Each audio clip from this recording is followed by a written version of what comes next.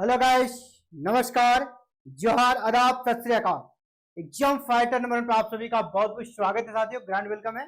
और फिर से आज बात करेंगे बिहार असिस्टेंट प्रोफेसर वैकेंसी से जुड़ा हुआ नई अपडेट के बारे में। और जी हाँ, ये जो अपडेट है ना, बड़ा ही आप सुनेंगे तो आपको भी आश्चर्य लगेगा। इस प्रकार उलझन में कैसे पड़ा हुआ है आयोग के पास बहुत ही बड़ा उलझन है। और आयोग जिधर भी कदम बढ़ा रहा है ना, आगे पहाड़ पीछे खाई। अगर आयोग बैक जा रहा है उसमें भी फंस रहा है, आगे बढ़ रहा है तो दिक्कत ही दिक्कत है, क्योंकि शुरू से ही इसने गलत रास्ता चुन लिया है। और इसके कारण बिहार असिस्टेंट प्रोफेसर वैकेंसी को लेकर बड़ा बवाल है ना। इसको एक वर्ड यूज करेंगे, बड़ा ही बवाल है। बवाल क्यों? क्योंकि जो योग्य हैं उनका चयन हुआ नहीं है, जो अयोग्य हैं वो चयनित कर लिए गए हैं, वो चयनित हो गए हैं लेकिन उनका नियुक्ति नहीं हो रहा है, उनको ज्वाइनिंग नहीं दिया जा रहा है। पिछले 6 मंथ से जिनका रिजल्ट आ गया है, पिछले 6 महीने से 6 मंथ से वो चक्कर लगा रहे यूनिवर्सिटी का। यूनिवर्सिटी उसको ज्वाइनिंग नहीं दे रही है, ठीक है, क्योंकि वहां से लेटर्स आ गया उनके एक्सपीरियंस सर्टिफिकेट का जांच करने का, दिव्यांगता प्रमाण पत्र का जांच करने का।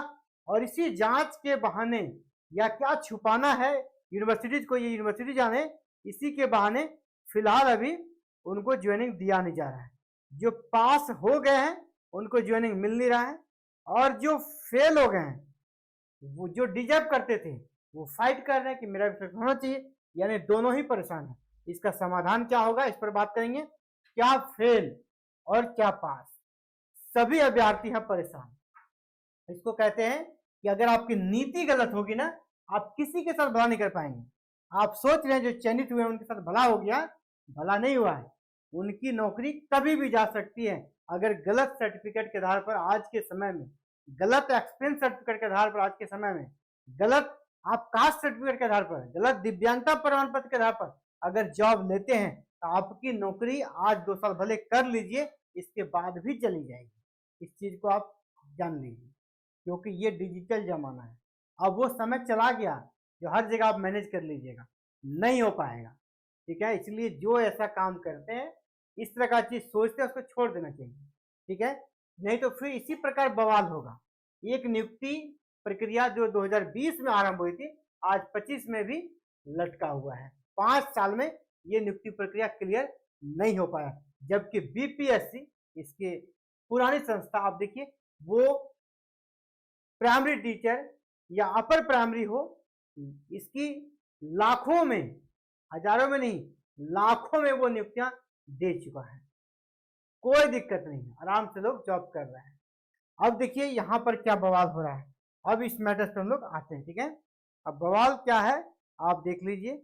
इसकी आंच जो है ना कहां तक जा रही है।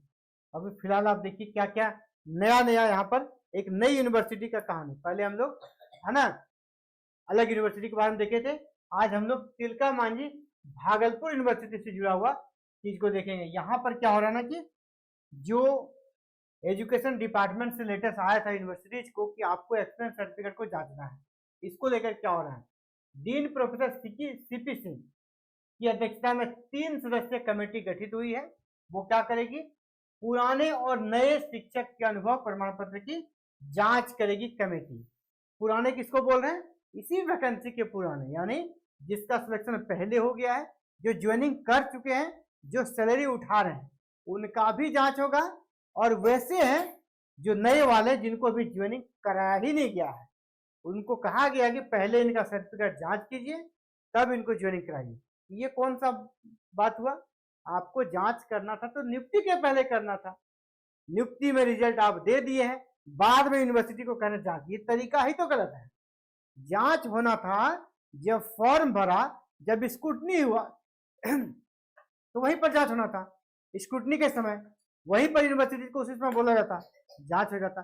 लेकिन जांच करें लास्ट टाइम में, ये तो तरीका ही गलत है। और इसी गलत तरीके का परिणाम सभी भुगत रहे हैं।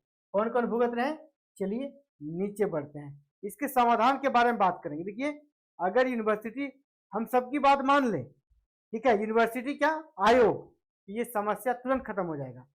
और मुझे नहीं लगता है कि वहां हम लोगों से कम पढ़े लिखे लोग हैं। हम लोगों से ज्यादा है, लाइफ का एक्सपीरियंस है उनके पास, लेकिन वो जानबूझ कर आई थिंक गलती करते हैं ताकि स्टूडेंट उसमें उलझे रहे, उनका दिमाग उलझे रहे, यही लगता है इसको देखकर। क्योंकि वहां ऐसा नहीं कि कोई अनपढ़ गंवार लोगों को बैठा दिया गया, सब एक से बढ़कर एजुकेटेड है ना, सब पढ़े लिखे हैं, अपने जीवन का इंपॉर्टेंट समय हायर एजुकेशन को उसने भी दिया है, लेकिन फिर भी ये गलतियां हो रही है जो कि एक सामान्य व्यक्ति भी कर सकता है।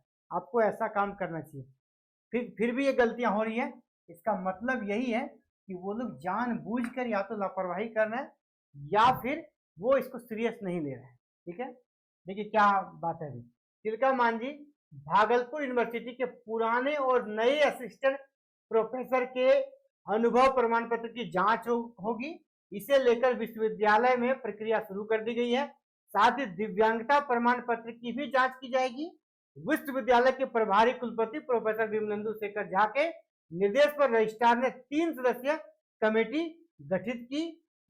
कमेटी के जो संयोजक है प्रोफेसर सीपी सिंह, जबकि प्रोफेसर निसार अहमद ये उनका कमेटी के बारे में बता रहे हैं। एक्चुअली होना क्या है, यहाँ पर असिस्टेंट प्रोफेसर के एक्सपीरियंस सर्टिफिकेट और दिव्यांगता प्रमाण पत्र का जांच रिपोर्ट मांगा गया है। कहां से? शिक्षा विभाग से।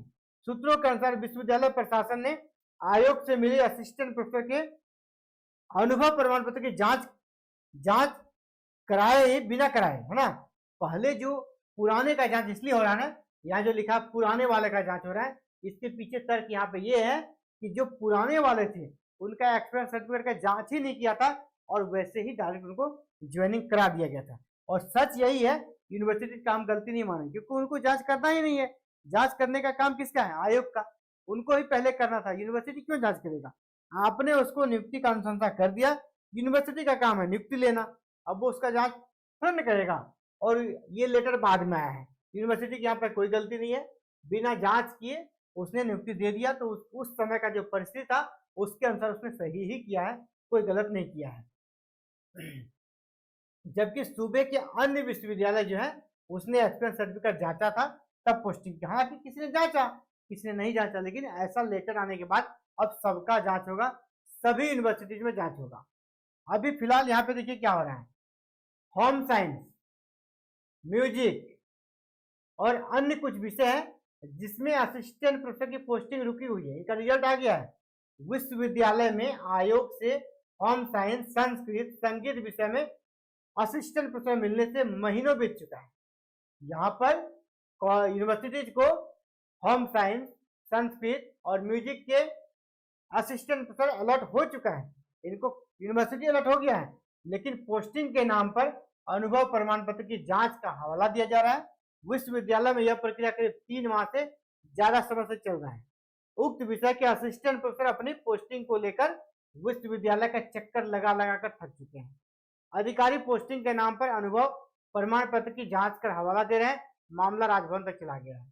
यहाँ ये नहीं कह रहा हूं कि इन विषयों में जो आए हैं सबका फर्जी है, इसमें कुछ एक दो मिल जाए फर्जी, लेकिन जो सही है उनका भी तो माइंड हरासमेंट हो रहा है। अब उसने क्या गलती कर दी भाई, वो डिजर्व करते थे पास करके, अब उसका ज्वाइनिंग नहीं हो रहा है एक के चक्कर में। ये सब है ना, आयोग ने स्टार्टिंग में ही गड़बड़ झाला कर दिया है, जिसके चलते ये सारा समस्या यहाँ पर क्रिएट हो रहा है। इसके अलावा अगर इनको सही करना था तो हम लोगों ने बार बार डिमांड किया है कि रोक दीजिए इंटरव्यू, आप फिलहाल थोड़ा दिमाग ठंडा कीजिए और काम कैसे करना है। जिस भी विषय के जितने एप्लीकेंट हैं सबका एपीआई स्कोर जारी कीजिए, टोटल का एपीआई स्कोर जारी कीजिए, वो अपना एपीआई स्कोर देखेंगे और क्लेम करेंगे। ठीक है, इसी बीच जितना का क्लेम आता है, फाइनल जो लिस्ट आपके अनुसार बन गया, आप उसमें से सबका एक्सपीरियंस सर्टिफिकेट को आप पर्सनल उस यूनिवर्सिटीज को भेजकर जांच कराइए, या जो भी आपका माध्यम है आप उसको जांच कराइए, और 10 दिन के बाद आप मेरिट लिस्ट जारी कीजिए। जरूरी क्या है बिना जांचे मेरिट लिस्ट जारी करने का? इसके चलते क्या होता है कि फर्जी जिनका एक्सपीरियंस है वो मेरिट में आ गया ज्यादा नंबर के माध्यम से, ज्वाइनिंग ले लिया, सीट खा गया। किसका सीट खा गया? जो डिजर्विंग कैंडिडेट था उनका सीट खा गया।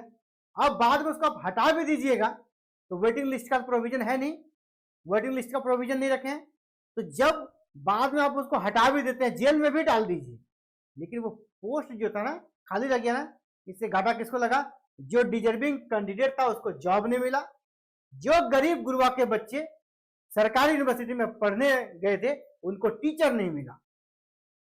ठीक है, लॉस उनका हो रहा है, आयोग के किसी मेंबर को लॉस नहीं लग रहा है, सरकार के किसी मंत्री को लॉस नहीं लग रहा है, लॉस वहां लग रहा है।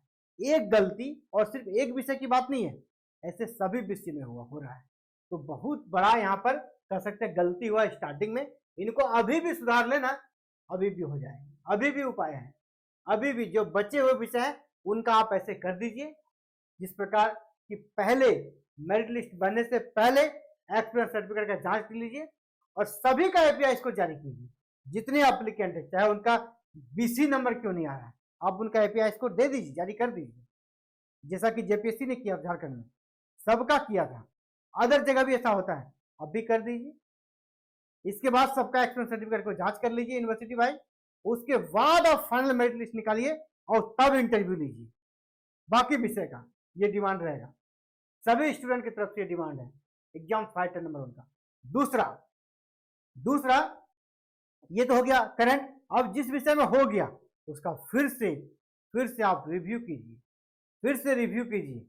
ठीक है, और उसमें जो संदिग्ध है उनको, उन पर आप एक्शन लीजिए, उनकी नियुक्ति को रद्द कीजिए, और जो बच गया है, जो सीट खाली रह जाता है उनके जाने के बाद उसमें आप मेरिट लिस्ट फिर से निकालकर नीचे वाले को मौका दीजिए, कोई आवाज नहीं उठाएगा, सब कुछ ठीक रहेगा।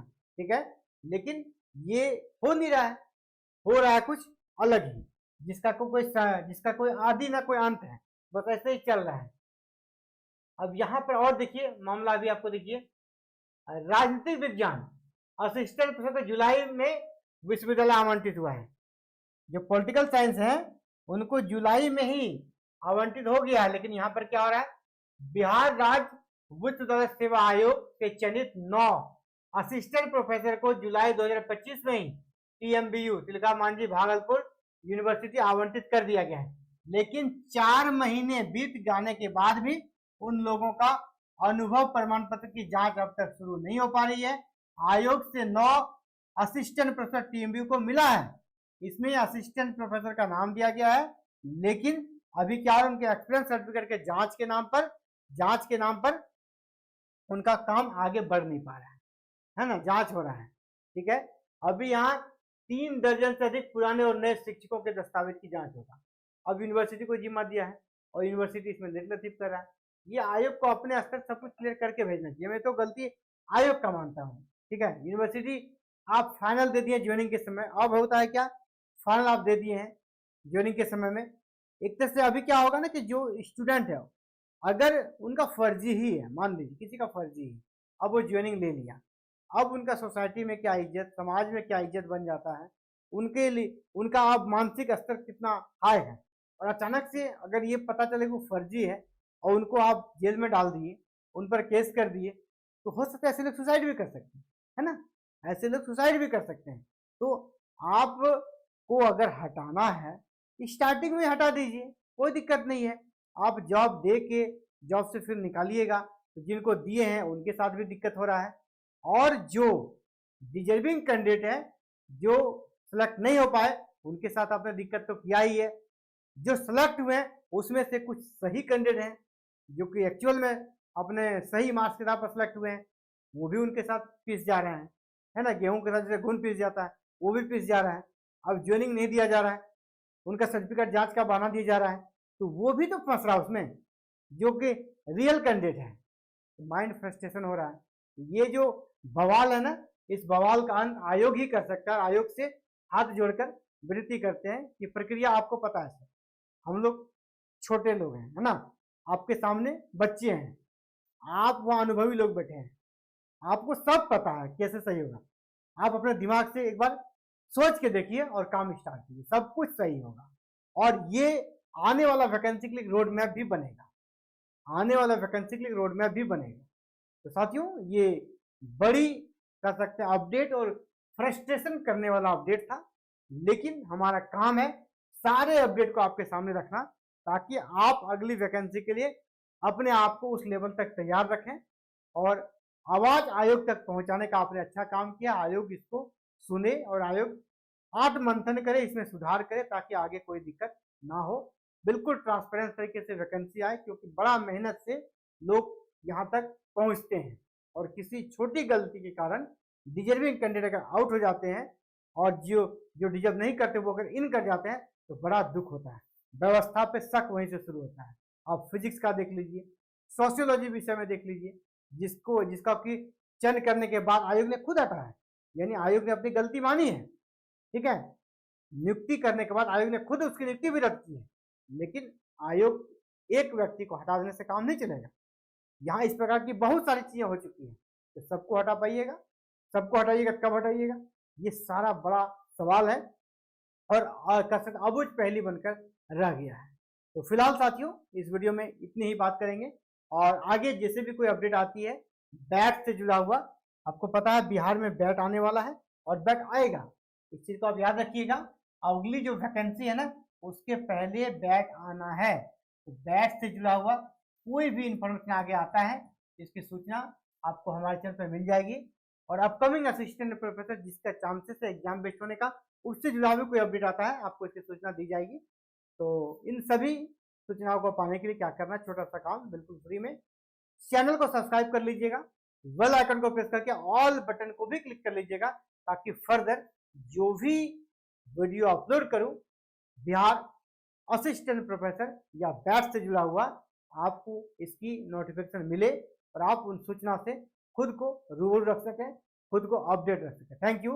जय हिंद, जय भारत, जय बिहार।